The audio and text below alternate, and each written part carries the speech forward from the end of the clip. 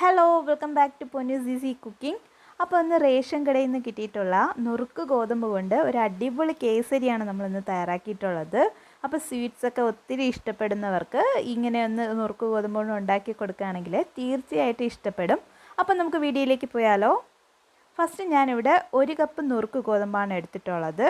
നിങ്ങൾ ഏത് കപ്പാണോ മെഷർ ചെയ്യാൻ എടുക്കുന്നത് അത് നിങ്ങൾക്ക് എടുക്കാവുന്നതേ ഉള്ളൂ. അതൊരു ബൗളിലേക്ക് ഇട്ട് കൊടുത്തിട്ട് നമുക്കിതിലേക്ക് ആവശ്യത്തിന് വെള്ളം ഒഴിച്ചു കൊടുക്കുക. വെള്ളം ഒഴിച്ചു കൊടുത്തിട്ട് ഇത് നന്നായിട്ട് ഒരു 3-4 പ്രാവശ്യം നന്നായിട്ടൊന്ന് കഴുകുക.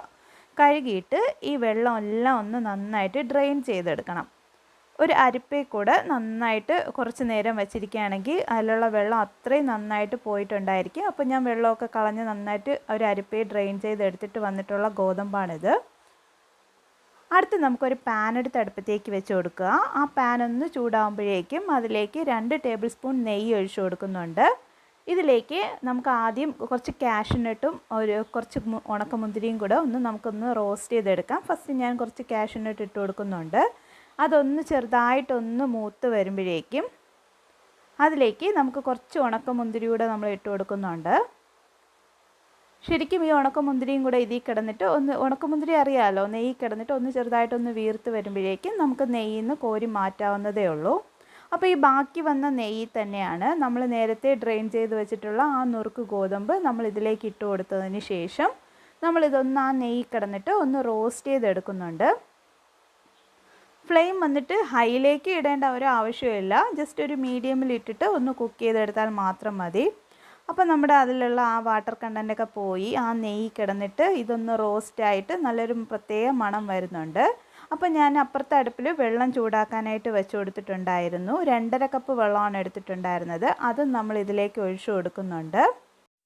1 കപ്പ് നുറുക്ക് ഗോതമ്പാണ് നമ്മൾ എടുത്തിട്ടുണ്ടായിരുന്നത്. ആ കപ്പിൻ്റെ ആ മെഷർമെൻറ്റ് കപ്പിൽ തന്നെയാണ് ഒരു 2.5 കപ്പ് വെള്ളം എടുത്തിട്ട് ഞാൻ തിളപ്പിച്ചത് ഒഴിച്ചു കൊടുത്തിട്ടുള്ളത്. അടുത്തതിലേക്ക് ഒരു മണത്തിന് വേണ്ടി നമ്മൾ ഏലയ്ക്ക ജസ്റ്റ് ചതച്ച ഒരു 4 ഏലയ്ക്ക ഇട്ട് കൊടുക്കുന്നുണ്ട്. പിന്നെ കുറച്ച് യെല്ലോയുടെ ഫുഡ് കളർ കൂടെ ഞാൻ ആഡ് ചെയ്ത് കൊടുക്കുന്നുണ്ട്.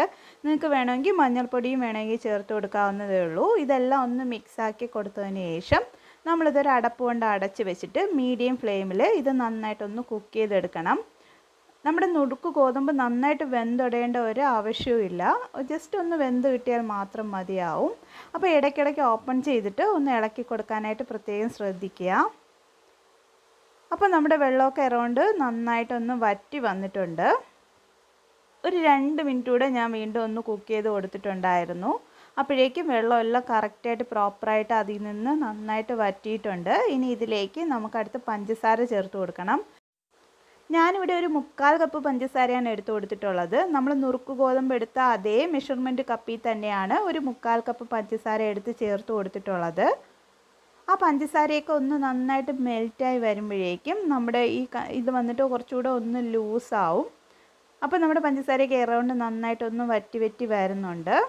കൈ വിടാതെ ഇളക്കി കൊടുക്കാനായിട്ട് പ്രത്യേകം ശ്രദ്ധിക്കുക. ഇതിലേക്ക് ഏറ്റവും ലാസ്റ്റ് ഞാൻ 1 ടേബിൾ സ്പൂൺ നെയ്യ് കൂടെ ചേർത്ത് കൊടുത്തിട്ട് നന്നായിട്ടൊന്ന് ഇളക്കി കൊടുക്കുന്നുണ്ട്.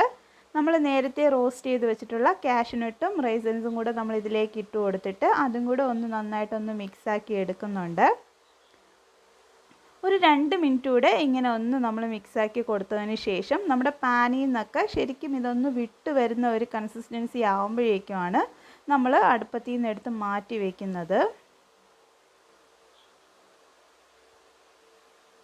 കണ്ടോ, ഇങ്ങനെ പാനിൽ നിന്ന് കറക്റ്റ് പ്രോപ്പറായിട്ട് ഇങ്ങനെ വിട്ട് വരുന്ന സമയം വേണം നമ്മൾ അടുപ്പ് ഓഫ് ചെയ്തിട്ട് നമ്മളിത് തണുക്കാനായിട്ട് അനുവദിക്കാനായിട്ട്. അപ്പോൾ നമുക്ക് കറക്റ്റ് കൺസിസ്റ്റൻസി ഇതായിട്ടുണ്ട്. പാനിൽ നിന്നൊക്കെ കറക്റ്റായിട്ട് വിട്ട് വരുന്നുണ്ട്. അപ്പോൾ ഞാൻ ഫ്ലെയിം ഓഫ് ചെയ്ത് കൊടുക്കുവാണ്.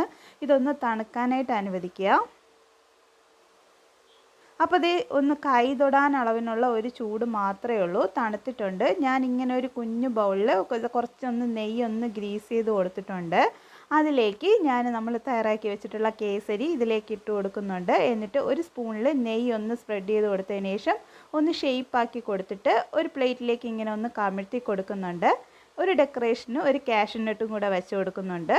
നിങ്ങൾക്ക് വേണമെങ്കിൽ ഇങ്ങനെ ഉരുളകളാക്കി ലഡുവിൻ്റെ ഷേപ്പിൽ വേണമെങ്കിൽ നമുക്ക് കുട്ടികൾക്ക് സെർവ് ചെയ്ത് കൊടുക്കാവുന്നതേ ഉള്ളൂ. അപ്പോൾ നിങ്ങൾക്ക് ഇഷ്ടപ്പെട്ട രീതിയിലും ഷേപ്പിലും നിങ്ങൾ കുട്ടികൾക്ക് ഇത് ഉണ്ടാക്കി കൊടുക്കുക. തീർച്ചയായിട്ടും എല്ലാവരും ഈ റെസിപ്പി ട്രൈ ചെയ്ത് നോക്കുക. Thank you for watching. Bye bye.